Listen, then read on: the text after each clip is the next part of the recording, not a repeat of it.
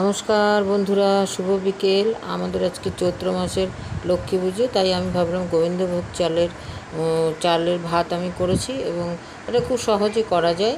এবং আমি মটর ডালকে বেটে একটু কাঁচা লঙ্কা কালকে ভিজিয়ে রেখেছিলাম, কাঁচা লঙ্কা দিয়ে বেটে ওর মধ্যে আমি দেখুন ওই কাঁচা জলে ফুটেছে যখন গোল গোল বড়ার মতো করে দিয়েছি। আমাদের আজকে এই ভাতটাই খেতে, তাই ভাবলাম এই রেসিপিটা আপনাদের সঙ্গেও শেয়ার করি। নিশ্চয়ই আপনারা ভালো আছেন বন্ধুরা।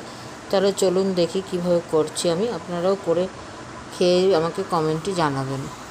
প্রথমে আমি 500 গোবিন্দভোগ চাল নিয়েছি। কড়াই এই যে রেসিপিটা একটু ছড়ানো জায়গায় করলে ভালো হয়। কড়াইয়ে জল নিয়েছি, একটু বেশি জল দিতে হয়, দিয়ে তার মধ্যে আমি গোবিন্দভোগ চাল বেশি ধুলে ভালো লাগে না, তাই দুবার ধুয়ে আমি জলের মধ্যে দিয়ে দিলাম। দিয়ে খানিকটা নুন দিয়ে দেবেন, তা না হলে পাক পাক হবে।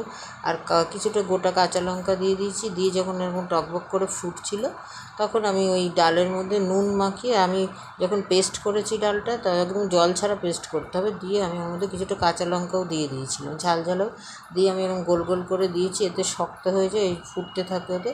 তারপরে আর একটু জল লাগলে আপনারা দেবেন।